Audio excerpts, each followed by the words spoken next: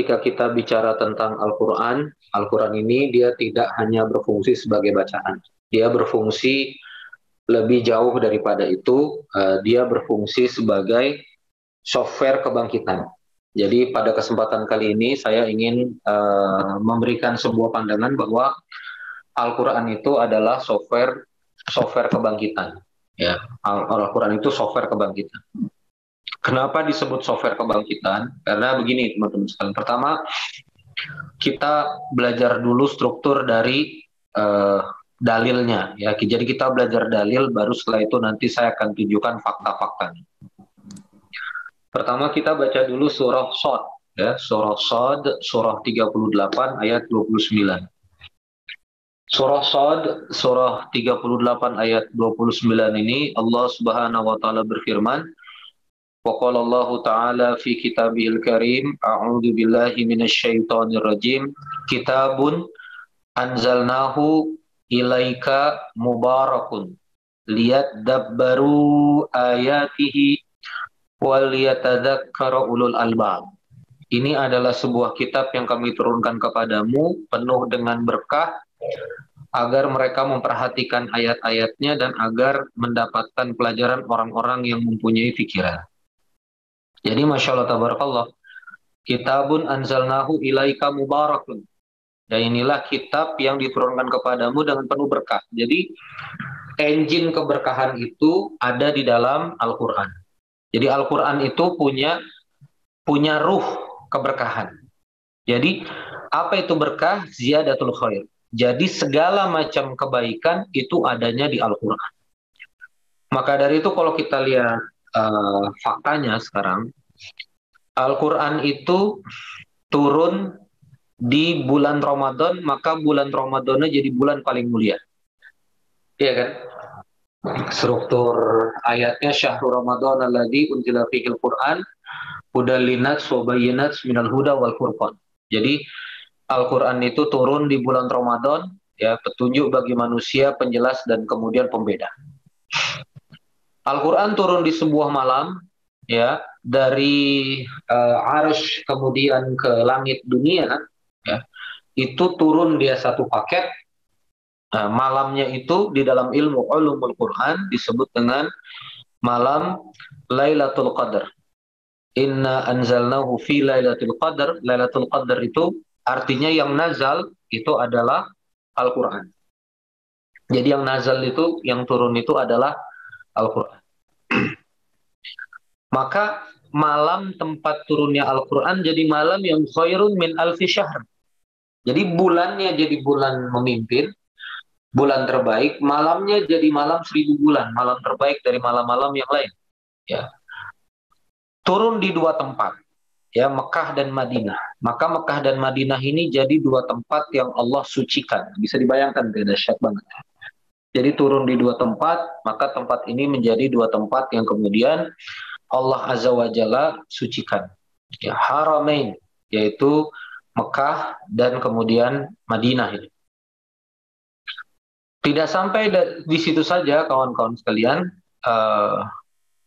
Al-Quran kemudian turun melalui Jibril alaihissalam, Ruhul Amin. Maka Al-Quran itu karena turun melalui Jibril alaihissalam, Jibril menjadi pemimpin para malaikat, ya, di antara malaikat yang lain. Maka Jibril alaihissalam, ya, itu di antara malaikat lain adalah pemimpin para malaikat. Dan Nabi Muhammad SAW yang kemudian dapat tugas membawa risalah Al-Quran ini dinobatkan Allah Subhanahu wa taala sebagai khatamun nabiyyin, ya, khatamun nabiyyin, yaitu pemimpin para nabi. Ya.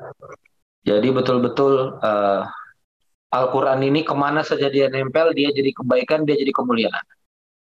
Dan maka dari itu kalau kita nanti melihat struktur hadisnya, matan itu Al-Quran yang kemudian dihafal. Ya, jadi ahlul Quran dalam artian orang-orang yang kemudian membersamai Al-Quran, memasukkan Al-Quran di dalam dirinya, memahami Al-Quran, ya, membersamai Al-Quran. Maka orang-orang ini kata Allah disebut khassah, VIP, ini orang khusus, khassah, ya, ahlullah wal khassah, keluarga Allah yang khusus, gitu. Jadi keluarga Allah di muka bumi ini ya para penghafal Al-Quran itu, ya, yang menghafalkan hamilul Quran, yang kemudian juga memasukkan Quran ke dalam hati mereka. Apalagi di sini ada yang pegang sanad Rasulullah, ya, yang fasolatul lisannya juga terbaik, sanad mukhraj, sifat huruf makhraj sifat hurufnya juga masya Allah tabarakallah. Jadi Al-Quran itu ketika dia menyentuh ke manusia, maka manusia jadi manusia yang paling mulia. Sama dengan masjid yang ada Al-Qurannya, masjidnya jadi mulia. Yayasan yang memperjuangkan Al-Quran, dia akan menjadi mulia. Jadi ini urgensinya kenapa kita belajar mengaji. Kenapa peradaban ini harus dimulai dengan Al-Quran? Karena dalam Al-Quran ini adalah dia bersumber berbagai macam kebaikan. Ya, karena di dalam Al-Quran ini Allah Subhanahu Wa Taala itu menyemai, ya, Al-Quran ini di dalam Al-Quran ini Allah Subhanahu Wa Taala ini kemudian menyemai banyak kebaikan di dalam Al-Quran. Nah, jadi kawan-kawan sekalian yang dimuliakan Allah Subhanahu Wa Taala, sehingga kita harus betul-betul memahami juga hal yang berikutnya, karena kemudian Al-Quran ini adalah sesuatu yang mulia, kita harus melihat juga selain dia adalah mubarakun, mubarakun itu artinya adalah pusat dari kebaikan, ya, kitabun anzalnahu ilaika mubarakun, maka di surah Al-Jumu'ah kita bisa melihat bahwa Al-Qur'anlah yang menjadi tools, ya, yang menjadi konten dari Nabiullah Muhammad SAW itu berdakwah. Ya, ini ayatnya ada di surah Al-Jumu'ah. Ya, surah Al-Jumu'ah ini sebentar. Tadi ketemu, ya. Surah 62 ayat kedua. Qala Allah Ta'ala fi kitabil karim, a'udzu billahi minasyaitonir rajim, huwallazi ba'atsa fil ummiyina rasulan. Dialah yang kemudian ba'atsa. Ba'atsa ini di sini diterjemahkan di terjemahan Depak ini mengutus, ya. Bos, ya. Huwaladzi ba'atsa, sebetulnya dia satu akar kata dengan yaumul ba'ats, yaitu hari kebangkitan. Jadi huwaladzi dialah yang kemudian membangkitkan. Nah, ini kalimatnya membangkitkan fil ummiyina, di dalam umat yang buta huruf itu rasulan. Jadi rasul itu lahir tapi kalimatnya dibangkitkan. Jadi apa yang kemungkinan dibangkitkan ini? Entitas atau institusi kerasulan. Institusi kenabian itu dibangkitkan, ya. Waladzi ba'atsa fil ummiyina rasulan minhum.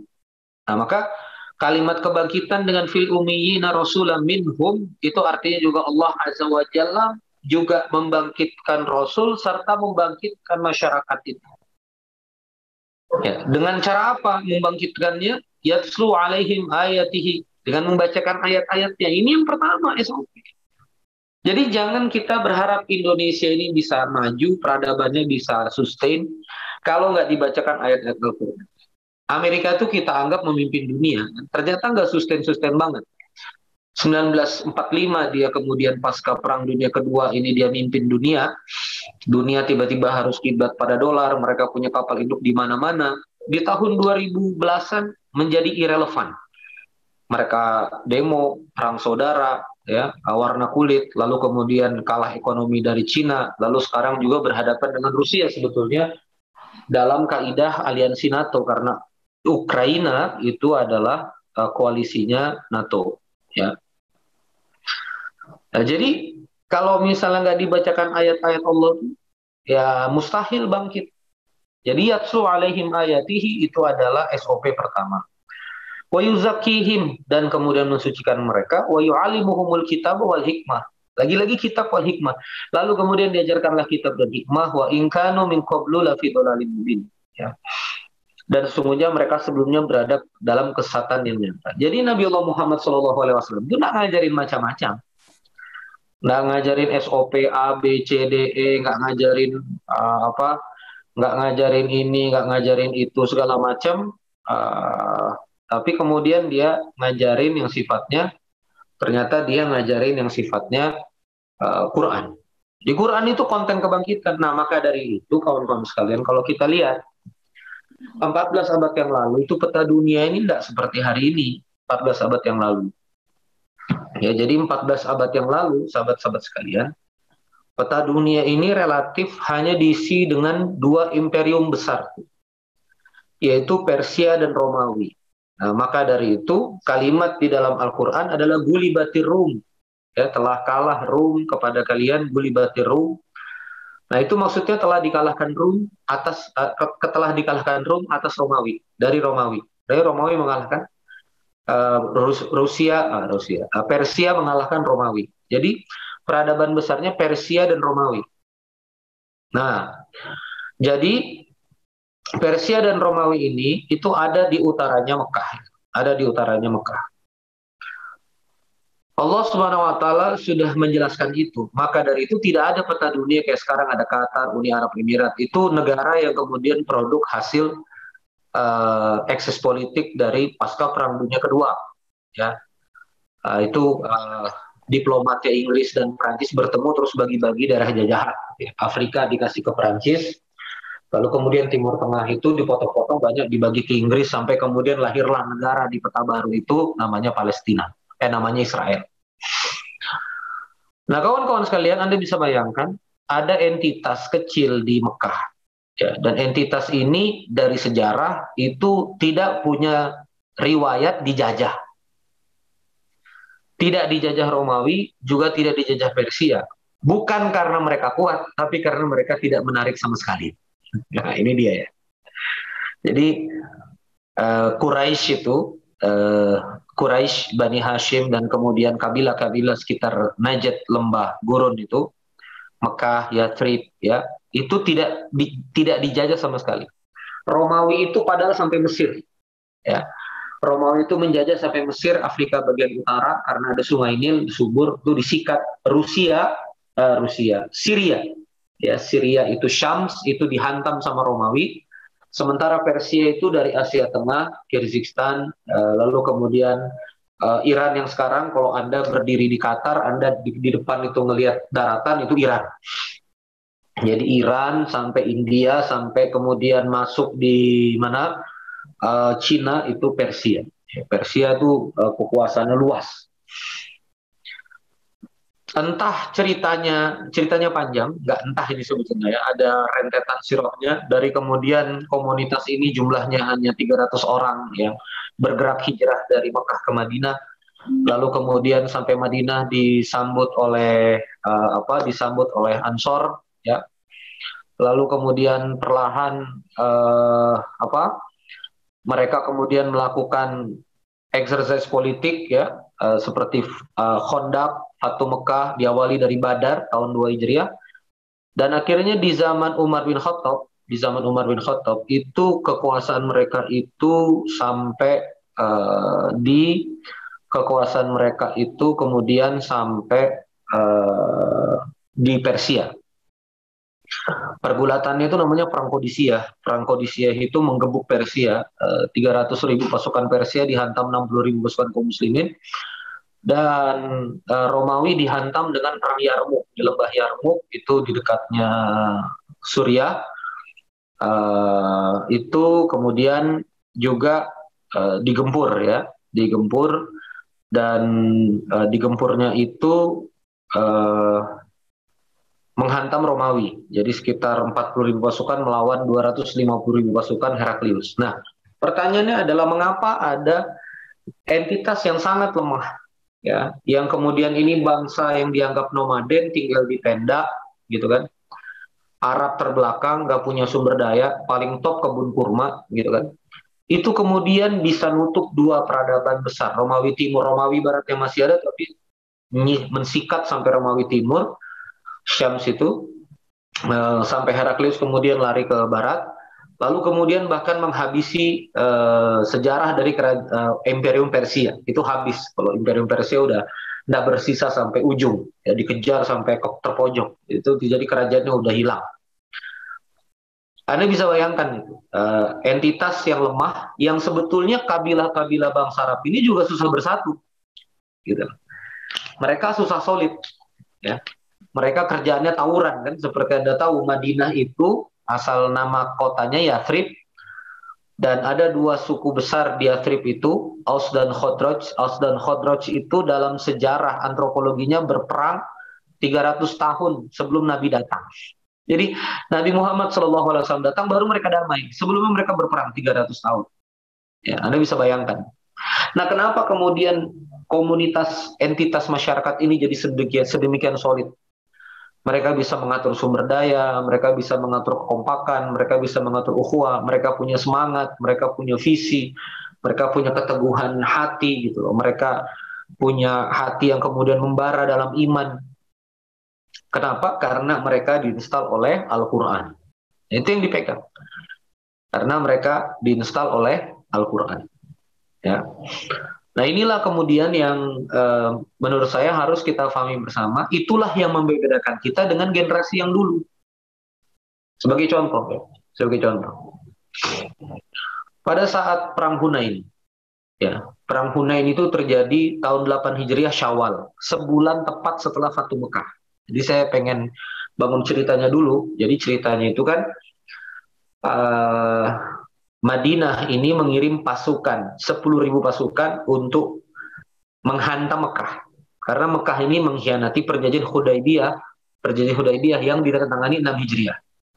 Jadi ada kesepakatan Hudaibiyah antara Nabi dan Quraisy, antara kaum muslimin dan Quraisy untuk gencatan senjata. Tapi kemudian Quraisy ini melakukan provokasi pada kabilah yang berbaiat pada Madinah. Jadi koalisinya Nabi, aliansi Nabi ini diganggu. Karena diganggu seperti itu, maka gagal ini perjanjian, maka kaum muslimin marching nyerang. Anda bisa bayangkan ya, 10.000 tuh jalan dari Mekah, dari Madinah ke Mekah 10 hari. Ini 400-an kilometer. Jadi satu hari gerak 40 kilometer. Itu sampai ke lembah mau menuju pintu Mekah itu. Abu Sufyan tuh ditarik di tenda, dikasih lihat sama Nabi, ini pasukan kami, langsung tiba-tiba nyerah itu dia, ngajak juga uh, saudara-saudara yang ada di Mekah itu untuk kemudian nggak melawan kaum muslimin. Itulah mengapa Fatu Mekah itu peperangan tanpa perlawanan karena saking kuatnya yang dihadapi. Jadi udah nggak kuat lagi mau perang. Itu Mekah. Padahal dia Badar itu mereka nyerang, ya Khandaq itu juga Al-Azab itu mereka nyerang, tapi kemudian di Fatu Mekah itu mereka nggak kuat sama sekali untuk kemudian melawan. Fatu Mekah itu, Futuhat itu terjadi di 8 Hijriah. Nah, ketika Futuhat terjadi di 8 Hijriah, ada sisa gitu. Ada sisa kabilah Arab yang berkoalisi dengan Quraisy Mekah ini yang masih kafir, itu namanya Bani Thaqif dan Bani Hawazin di utara Mekah. Jadi di utara Mekah kalau naik taksi itu saya trekking sekitar 1 jam, ya, sekitar 15 menit. Tapi kalau lokasi mereka sekitar setengah jam 40 menitan. Nah ini mereka kemudian memutuskan untuk menyerang kota Mekah. Nah intelijen kaum muslimin mengetahui itu, maka pilihannya dua, tunggu di kota Mekah atau cegat di jalan. Rasulullah punya pendapat, kalau nanti kaum musyrikin ini masuk ke Mekah, seakan-akan nanti ini ada bala bantuan, maka nanti yang baru masuk berislam ini takutnya hatinya ini masih labil akan balik jadi kafir. Karena merasa dibantu oleh Bani Thaqif dan Bani Hawazin. Jadi ini repot kan, ini orang baru masuk Islam. Gitu. Jangan tiba-tiba dia ngelihat ada bantuan, nanti ini malah loncat semua pindah, repot. Jadi kita kejar aja. Nah, ketika kemudian ini mengejar, 10.000 pasukan ini berubah jadi 12.000 pasukan. Ada 2.000 kafir Quraisy yang ikut menjadi bagian dari kaum muslimin, ikut perang ke Hunain, ke lembah Hunain. Itu kejadiannya awal Syawal ya. Kalau tidak salah berangkat tanggal 3, itu pertempurannya tanggal 6. Ya, sekitar 3, 4, 5, 6, itu 4 harian jalan. Padahal dekat aja. Nah, begitu sudah bertemu di lembah Hunain itu, pasukan kaum muslimin ini kocar-kacir karena lambat sampai ke lembah. Akhirnya Bani Thaqif dan Bani Hawazin itu sudah menguasai tempat-tempat strategis, dipanah dari mana-mana, kocar-kacir 12.000 pasukan. Dalam riwayat itu yang tersisa tinggal 300 orang. Jadi bisa bayangkan, termasuk Rasulullah dan Abbas radhiyallahu anhu. Abbas ini pamannya Nabi. Maka kata Nabi, wahai Abbas, panggil kaum muslimin yang lain. Antum tahu cara manggilnya Abbas seperti apa? Ya ashabus samurah, wahai yang pernah berbaiat di pohon Samurah, yaitu perjanjian Hudaybiyah, ya ashabal Baqarah, wahai yang ngaji surah Al-Baqarah. Itu manggilnya pakai ayat pengajian gitu. Itu sama kayak kita kan. Wahai yang udah lulus tasin 1 tasin 2, maju. Gitu. Jadi Abbas itu teriak, ya ashabal Baqarah, wahai sahabat yang pernah ngaji surah Al-Baqarah, maju ke depan. Dan panggilan iman itu bergelora begitu diingatkan bahwa kalian pernah ngaji surah Al-Baqarah, maju semua. Kenapa? Karena di Al-Baqarah itu ada ayat pengecut, ya, ada ayat Bani Israel, ada ayat yang menceritakan kepengecutan Bani Israel, ada ayat yang menceritakan Nabi Musa disuruh perang sendirian, ya kan? Bani Israelnya bilang, Musa kamu perang sendirian gitu. Biar kamu aja yang perang. Nanti kalau menang baru kasih tahu kami. Kamu dan Tuhanmu yang berperang. Itu Bani Israel. Jadi kawan-kawan sekalian yang dirahmati oleh Allah Azza wa Jalla, ini bedanya kita dengan generasi para sahabat itu. Mengapa mereka itu mendapatkan kegemilangan yang luar biasa? Sederhana, mereka mendapatkan kegemilangan yang luar biasa itu karena mereka adalah, ya, orang-orang yang kemudian mengisi hati dan jiwanya dengan Al-Quran. Itu yang membedakan. Begitu isi hatinya diisi dengan Al-Quran, bunyi semua ayatnya. Kuntum khaira umat ukhrijat linnas, oh kamu umat yang terbaik. Ya. Ayo tegakkan dinul Islam, mari dagangkan, tukarlah diri kamu, ya, perdaganganmu ini hanya dengan Allah Subhanahu wa taala. Jadi ke situ gitu loh. Jadi Masya Allah tabarakallah kawan-kawan sekalian, itu yang kemudian membedakan kita dengan generasi para sahabat itu. Apa kedekatan kita dengan Al-Qur'an. Maka saya tutup pengajian saya, kita masuk sesi tanya jawab, ahlan, ya. Saya lebih punya pendapat bahwa kawan-kawan sekalian, gimana caranya supaya kemudian kita bangkit lagi, gimana caranya supaya kita bisa fight lagi, gimana caranya supaya negeri ini berubah, dekat dengan Al-Quran. Maka dekat dengan Al-Quran itu bisa ngajinya dulu, kenal hurufnya dulu, makanya ada gerakan belajar mengaji. Selesai nanti belajar hurufnya, pelan-pelan dirapikan tajwidnya, panjang pendeknya dirapikan, sampai kemudian bisa menikmati bacaan. Selesai itu belajar makna, belajar terjemah, ya, belajar lasfiyah perkata. Lama-lama belajar asbabun nuzulnya, ya. Belajar kemudian ilmu nasab ayat, ya. Hubungan ayat satu dengan ayat yang lainnya, ya. Pemaknaannya seperti apa yang melatar belakangi konteks ayat itu, apa yang ibroh yang kita bisa ambil, apa pelajaran yang kita bisa ambil, maka itu yang kemudian nanti akan menggelora di dalam jiwa kita gitu. Nah, itu saya rasa yang bisa saya sampaikan. Tidak ada pilihan lain, maka saya positif sekali menyambut gerakan dari Kang Asep dan kawan-kawan, 55.000 subscriber, maju terus, ya. Sekarang juga memang zamannya offline, zamannya online. Jadi kalau online memang lebih bagus dan lebih mudah, ya, mudah-mudahan lebih manfaat. Saya rasa itu saja, Kang Asep. Kita tajamin dengan tanya jawab. Terima kasih. Wassalamualaikum warahmatullahi wabarakatuh.